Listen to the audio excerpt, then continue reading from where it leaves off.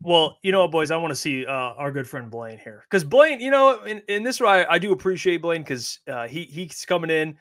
He's giving us a different perspective. We talk a lot of Detroit sports, so please welcome to the show the man who covers the Rams for Turf Show Times and fantasy football as well, both for SB Nation. Please welcome to the show, Mr. Blaine. I'm going to say his name. I'm going to get it correctly. Blaine Grisak. Blaine, hold on, let's get him on. How you doing? Hey guys, how's it going? Hey, Blaine, it's a pleasure to meet you. Again, we love talking to people from other markets, especially this Rams game, obviously with Stafford, and we have our ties to Stafford now with Goff. It's kind of a funny situation. I want to ask you, though, just to start off, because you cover the Rams, you know more about the Rams than any of us do. What's different? Because the last time we faced the Rams, the Lions, at least defensively, their secondary looked a lot different than it is now. The Rams took full advantage. What's different from that Rams team till now, and what matchup problems do you think the Rams could pose for the Detroit Lions on Sunday? Yeah, I think what's changed is just I think you look at just this is a much more experienced team. I think last year was kind of a little bit of kind of a we're happy to be here type thing. As you guys probably know, I don't think a lot of people expected the Rams to be in that position. Especially at the beginning of the year, I think everybody kind of saw this team as a team that was tanking, and that just kind of wasn't the case. That they make the playoffs, and but yeah, so I think this is just a kind of a young team that kind of has that experience under their belt now, but also it's a team that there's some guys that really have to step up. I mean, obviously Aaron Donald retired in the offseason, so you have Kobe Turner that's going to need to kind of step up into a larger role. Braden Fisk, they drafted in the second round. They'll be expecting him to kind of step in and make an immediate impact. Same with Jared Verse on the edge. So there's still a lot of youth on this team, but I think there's some experienced youth as well, which I think benefits them. I think last year was good for this team just because it was much needed experience that I don't think the moment will be too big for them. Yeah. Blaine, appreciate you joining the show. I know game weeks are probably pretty busy. What I want to ask though, just real quick here, when it comes to kind of the defense going into this week, obviously the matchup just a couple games ago in the wild card game, but the Rams in the offseason add Braden Fisk, Jared Verse, and obviously like the Lions top 5 offense the last 2 years. And we know what that matchup was at Ford Field last year. What do you kind of expect those two guys specifically and some of these newer additions on the defense to add to kind of slow down this Lions offense? And as well as, like, do you think they're going to be able to handle the matchup? Because, with the David Montgomery, Jahmyr Gibbs, and these guys are rookies coming into that instantly right away. Do you think they'll be able to handle that matchup? And how do you think that improves their defense as well from the offseason? Yeah, it's certainly, I think, going to be interesting. I think you look at, especially, I think you just kind of compared kind of just where pressure came from last year and where the pressure is going to come from this year. I think, when you have an Aaron Donald on the defense, you expect that pressure to come up right up the middle, right into the pocket. And I think you kind of look at, this year you have a Kobe Turner and Braden Fisk to give you that interior pressure. But I think Jared Verse kind of gives you more of a steady presence there and more consistent presence, certainly on the edge. So I think honestly, like the matchup between him and Penei Sewell is going to be that's going to be a tough first matchup for rookie first round edge rusher for sure. And then I think it's just going to be really important too for the Rams. I think made the really surprising move. I think it was last week to trade away Ernest Jones at linebacker. So now they have Troy Reeder and Christian Rosetum playing linebacker, which is less than ideal when the first game is against you're going up against Jahmyr Gibbs and Sam Laporta. Those players are going to Ben Johnson's smart enough to kind of attack the linebackers a little bit there, but I am interested to see kind of how new Rams defensive coordinator Chris Shula activates his safeties a little bit. I think Quentin Lake, Cam Curl, I think those two players are going to play a huge role in the defense, and I would expect them to kind of take a majority of the responsibilities when it comes to Laporta and Gibbs, but certainly interesting. And then I think you just kind of look at kind of the experience on the outside. The Rams added Darius Williams and Trey White in free agency, and I think just it's going to be a fun matchup against Amon-Ra St. Brown and Jameson Williams, who I think is a player kind of looking to take a really big step this year. Yeah, Blaine, just like Booner and Jeff said, I really appreciate you coming on, making time out of your day. The one thing that I really think is the storyline kind of hovering over over the Rams this offseason, the loss of Aaron Donald. So what do you think the Rams, obviously covering the team, what is their solution to replenishing Aaron Donald? Because he impacts more than just getting to the quarterback. He affects everything, including the secondary and the linebackers. So what is their replacement? What is going to be their identity after losing Aaron Donald, in your opinion? Yeah, like I said, I think you just got to go to I think one of the better sports movies of the last 10 years. You go to Moneyball, and Billy Beane kind of famously said, we're not going to replace Jason Giambi, or we're not going to replace Giambi. But we can try to recreate him a little bit, and I think we're going to try to do that kind of from instead of getting all that pressure coming from one player and in one spot, it's going to come from different areas. I mean, like I said, I think Kobe Turner is a player that's kind of going to look to take that next step after a really strong rookie season in which he arguably probably should have won Defensive Rookie of the Year. Braden Fisk has had a fantastic summer, and from everything that the coaching staff has said and everything, he's someone that his motor runs hot all the time. So he's someone that I think could surprise and kind of take the league by storm a little early. And then the Rams edge rushers last year, Byron Young had a really good first half of the season, but really kind of trail off and hit that rookie wall towards the end of the year. Michael Hoyt was somebody that the Rams used kind of, especially in simulated pressures. They dropped him into coverage quite a bit, and the Lions kind of exploited that. I believe in the playoff game last year, I believe Sam Laporta scored on the fourth down with Michael Hoyt covering him, and that ended up being a pretty big play. So I think Jerry Verse kind of gives them a more just a more respected presence on the edge that they didn't have last year. So you're not going to replace Aaron Donald. That's the greatest defensive player of all time, arguably. So you're not replacing him. But as far as kind of just a more collective group and more and a group that kind of works maybe better together than they did last year, maybe fits better together. I think that's what you're going to get with this group. Yeah, and Blaine, like the fellow said, thanks for joining us. I kind of just wanted to talk about Matthew Stafford and your expectations for him in the offense next year. Obviously, you got year 2 of Puka, year 2 of Kyron, and then you're hoping for a full healthy season of Cooper Kupp. We know what that can bring. So just your overall expectations for Stafford having a fully healthy offense for a whole year.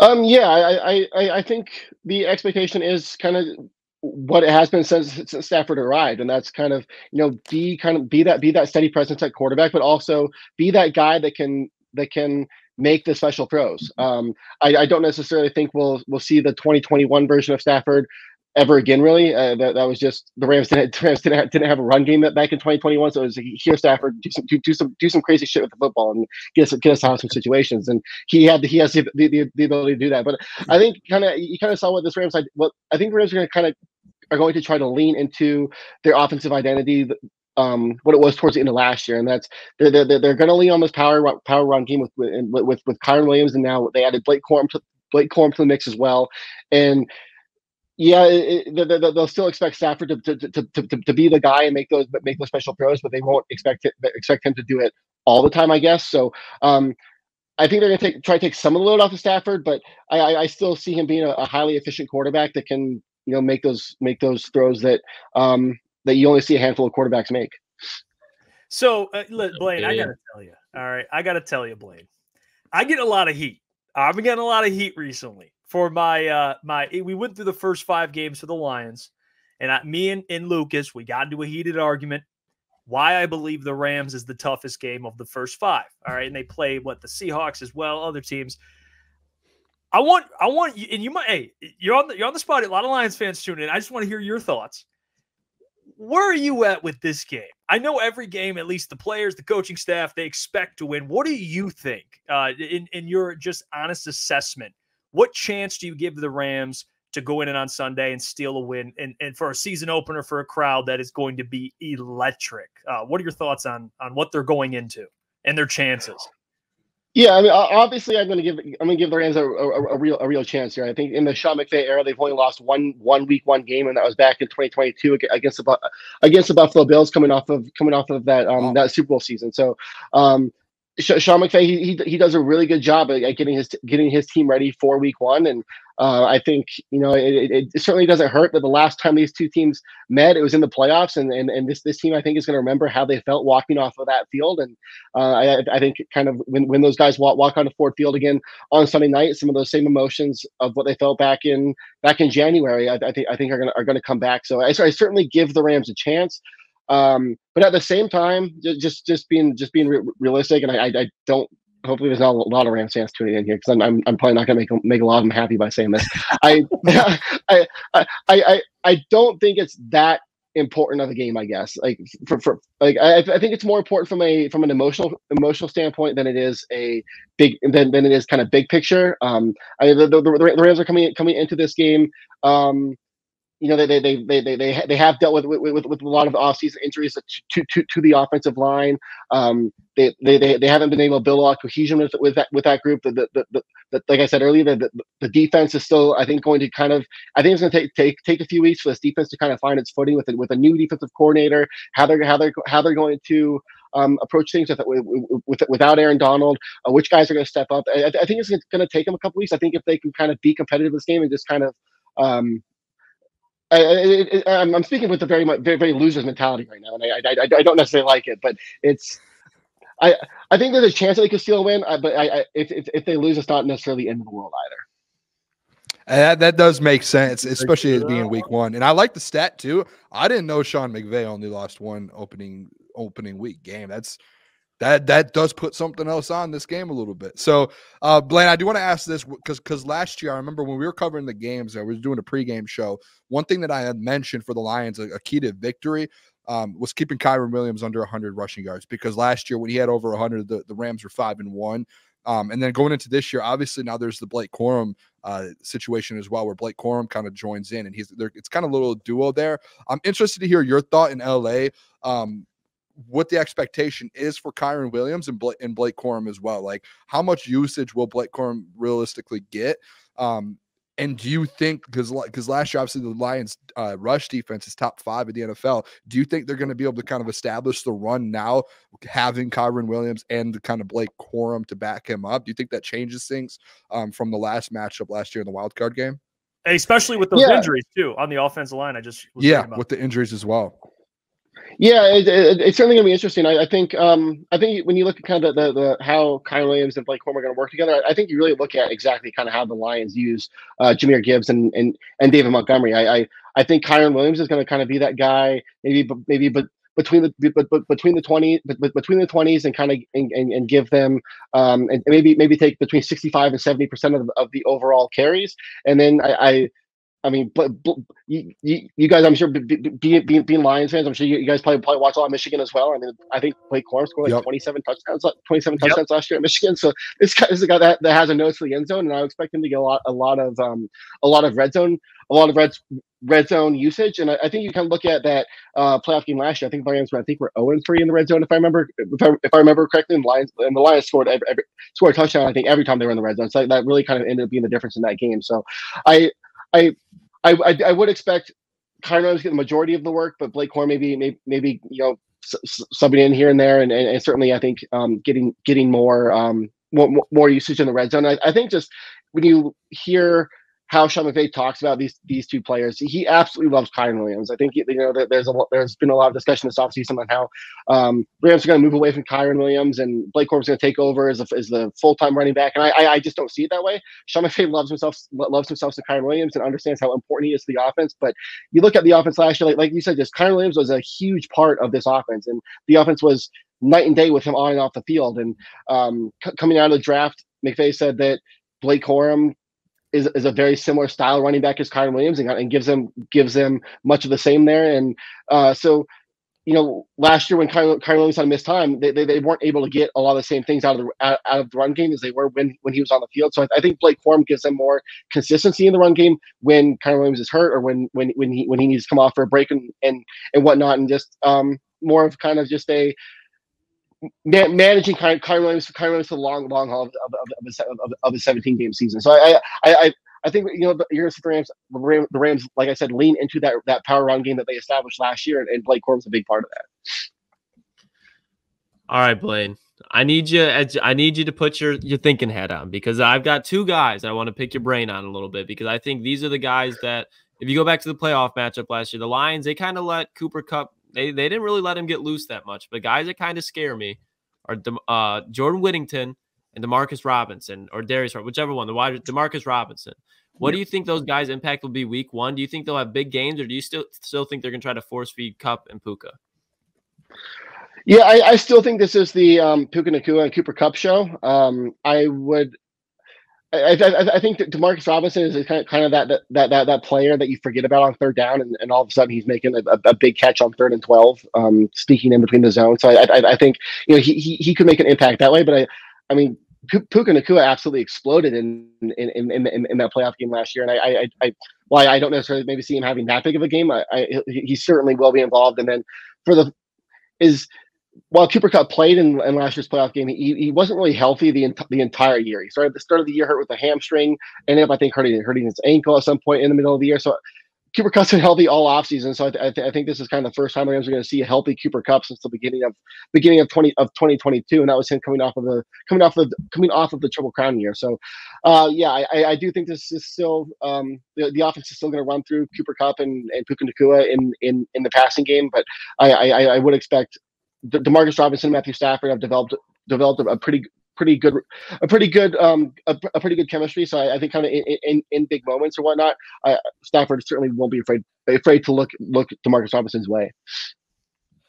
Yeah, and Blaine, I kind of just wanted to get your take on the NFC West, just your outlook on it. Obviously, you got Arizona, you get Kyler Murray and back for a whole year, you get Marvin Harrison, you still have the Seahawks, have a lot of defensive weapons. They get a new head coach, and obviously you have the 49ers. So just what your outlook on the division, and is there a chance that the Rams can somehow steal this division?